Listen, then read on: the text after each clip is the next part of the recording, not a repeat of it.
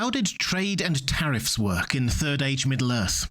Yes, this is nerdy, but what did Tolkien tell us about how the wider economy worked in Middle-earth? How did it all fit together? Hi everyone, this is Robert. Welcome to Deep Geek. If you like theories, background, history and lore about The Lord of the Rings, A Song of Ice and Fire and The Witcher, this is the place for you. Welcome. In previous videos in this series, I've looked at how different groups or factions within Third Age Middle-earth arranged their economies, how the Shire worked or Aragorn's tax policy, that kind of thing. But no economy ever truly acts in isolation. They may trade with neighbours or spend their tax money on defence because they're concerned about relations with their neighbours or try to exist without recourse to their neighbours, but they can't realistically pretend that other places don't exist. So this time, we'll look at how the economic system of Middle-earth fitted together, all of those kingdoms and protectorates brushing up against each other. All of that said, some parts of Middle-earth were still isolationist, to the point of not really engaging in the wider world. The Lossoth people in the far frozen north, for example, or the Druedain in the forest to the south of Rohan. They were self-sufficient and, it would seem, happy about that. Someone else who was isolationist in a different way was Smaug. The desolation of the dragon stretched for miles in every direction. Farms, towns, villages, businesses, everything was destroyed. As an aside, as a friend asked, and as a sort of follow-up to the How Rich Was Smaug video, Smaug's impact on the local economy was massive, and all of it was bad. Smaug was in Erebor for 171 years, hoarding that pile of gold and other treasures. Keeping all that gold hoarded and out of circulation would have kept the price of gold high, but in my mind the economic hit of destroying an economic hub like Dale was huge. Dale was known for trading up and down the River Running with the dwarves of Erebor and for the production of toys. The dwarves there provided training, skilled labour and expertly crafted goods. Smaug took all of that. By the way, this video is sponsored by Daedalus and Game Excite. A new resource management video game is out soon, which seemed appropriate for this topic. Star Trek Voyager Across the Unknown releases on the 18th of February on PC, PS5, Xbox Series S, X, and Nintendo Switch 2. There's a link in the description. It's based around what-if scenarios. What if the USS Voyager started utilising all that Borg technology? That kind of thing. You are in command of the Voyager, stranded in the Delta Quadrant, and you need to bring her back home. It's a story-driven survival strategy game with some roguelike elements set in the Star Trek universe, and I genuinely think it looks really good. In particular, you will find yourself managing resources on board ship, repairing damaged rooms, restoring systems and configuring the layout of the ship, that kind of thing. As well as managing the crew, who to send on away missions and who to keep on board, and of course exploring strange new worlds. Choices have consequences in this game. Characters live and die because of your decisions. Enemy ships will be engaged, unknown planets explored, and hopefully you will be able to bring the Voyager back home. Will you do it by careful strategic resource management or a more direct approach? It's up to you. As I said, please do check out the link in the description. But let's return to the resources of Middle-earth. Because after Smaug's downfall, it would have taken time for Dale to be fully repopulated and an economic force once more, but when it was, it became part of probably the most trade-friendly region in Middle-earth, from Dorwinion in the southeast up to Dale, Erebor and Laketown, and then west to the elves of northern Mirkwood. We're told that this trade route brought great wealth to the rebuilt Laketown. Not that this was all a free trade paradise. We don't hear about tariffs, but there were tolls levied by local authorities. The people of Laketown grumbled about them, and we're told that the Beornings charged expensive tolls for passage through the High Pass and the Ford of Cannock. This was, they saw it, by way of a payment for the Beornings keeping those parts of the land free from enemy forces. What currency would they be paid in? Well, Tolkien doesn't talk much about actual hard cash, but it seems that each territory had its own currency.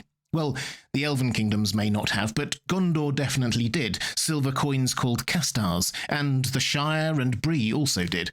Gandalf talks about some information being worth a gold, and we often hear talk of pennies. Lots of different currencies may sound like quite a complication when it comes to trade, or just travelling, but we don't hear that it was. Probably because the coins seem to hold the value of the metal that they're made of. A silver coin is worth the amount of silver in that coin, say. So exchange is not that hard. This is how currencies often used to work in our world too, before that was superseded by the value stamped on the coin, debasement of the metals used, promissory notes, and so on. In reality, the biggest factors preventing trade were much more mundane geographical ones. Middle-earth is large, and journeys from one place to another took a lot of time. And a lot of it was simply empty, depopulated by war and plague. Having the Misty Mountains and the Anduin River form such huge natural barriers also restricts travel. It's noticeable that outside of a small number of long-lived main characters, even well-educated characters seem ignorant of geography outside the area they live in. The Grey Company didn't know where Rohan was, for example. Boromir had to search for Rivendell, and so on. Limited travel means limited trade, particularly when travel is likely to be dangerous. Which doesn't mean there was no trade. We've already noted that one trading area centred on the river running, and the dwarves seem to have been very keen to trade wherever they could, contrary to the image we sometimes have of them keeping to themselves. They liked to live underground, so they needed food. They could exchange crafted goods for that. There's even a hint that occasional trade went on between dwarves and hobbits. Witness this exchange between Gandalf and Glóin. Now, I said, that is quite unfair. You do not know much about the Shire folk, Glóin. I suppose you think them simple because they are generous and do not haggle, and think them timid because you never sell them any weapons. You are mistaken. Glóin, knowing that hobbits do not haggle, suggests that they have tried. Anyway, these small examples aside, most exchange of goods seems to have happened at a very local or regional level, and of course, the largest economic block of them all in Middle-earth had a very different approach entirely. It would be easy to think of Sauron's empire centred on Mordor as rather small and peripheral down there in the bottom corner of the map, surrounded by mountain ranges, but of course that's just the map we have.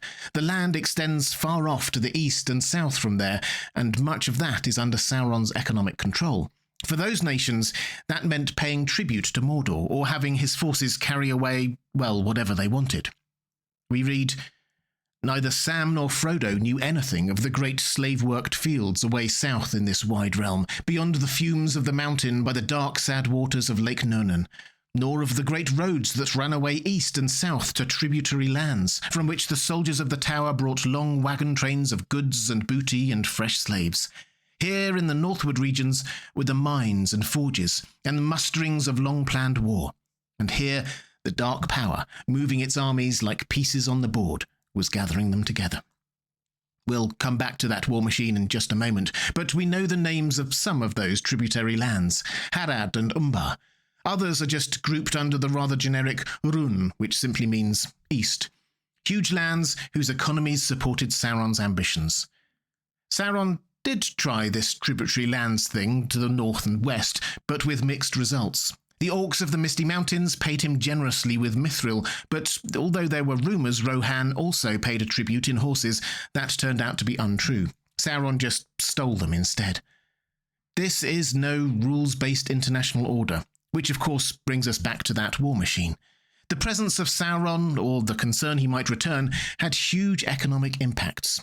In the middle part of the Third Age, the Witch King effectively depopulated much of the northwest through war and other means. In the south, Gondor spent huge amounts of public money fortifying Minas Tirith, and in the early years manning watchtowers over Mordor, money that could have been spent on all manner of other things. It's hard to build a strong economy with open trading relations when you are worried about your neighbour invading you, or having your trading caravan attacked on the road. So dwarven crafted goods rarely made it to Gondor. Pipeweed manufacture remained a local small industry in the Shire, when the climate would probably have been better for it growing in the south. Southern delicacies rarely made it to the north, and so on. The goods available to everyone were limited, and the income possibilities of selling whatever you were good at making were never realised. Just witness what happened in the Shire when one person, Lotho Sackville Baggins, started exporting pipeweed. Within a very short period of time, he had enough money to buy up huge tracts of land and even launch his own totalitarian regime. Which brings us to our last point here.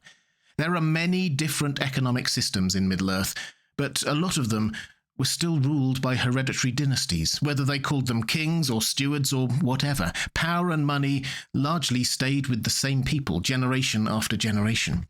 The stewards and kings ruled Gondor, while the farmers and fisherfolk stayed farmers and fisherfolk. In the Shire, Bilbo, Frodo, Merry and Pippin seemed to happily live off their family money, while Sam and his family had to work for a living. Nowhere in Middle-earth was there much by way of social mobility or career choices. Tolkien did seem to be of the view that when the rulers of a land were good people, that land would prosper, and the people in it. It's his created world, and so we should take his word for it. There certainly seems to be a strong correlation on that point. But one wonders about the lost opportunities. If there were mass education, not just for the wealthy, a rising merchant class bringing riches to more families, more people able to choose what career they pursued, not just whatever their parents did, might that not bring about some good in the land too? Trusting in the goodness of people, not just the goodness of the ruler. Perhaps even, whisper it around Tolkien, some small technological advancement. Middle-earth's economy is often dismissed as an afterthought by Tolkien, or not even a thought at all. He did undoubtedly care more about the languages and the legends of the land than its economic structures, but still, when you dig a little deeper, you find an extraordinary patchwork of different economic systems that shape and are shaped by the land and its people. The trade-focused dwarves offering skilled labour and crafted goods in exchange for the food they can't grow underground. The hobbits with their small government rural idyll. The elves in their socialist nirvana sharing the bounty of the land. The burgeoning trade zone centred on Dale and Laketown. Sauron's command economy with vassal states. Gondor's near-feudalism. The list goes on. And it all ties together because of the geography and history of the land and the nature of the peoples. The dwarves have to trade to survive. The hobbits can live in their idyll because they are protected by the rangers, unknown to them. The lack of trade and travel makes sense when you consider the way the land is divided by the misty mountains and the large empty stretches of land that make travel dangerous. Tolkien may not have focused his mind on economic systems and structures all that much, but his world was so intricately drawn that they just emerged naturally. If you'd like to see more Lord of the Rings videos, please click on the link on the left of your screen. Or if you'd like to support this channel, thank you. There's a link to my Patreon page on the right of your screen. That's all for this time. Thanks for watching. I'll see you again soon.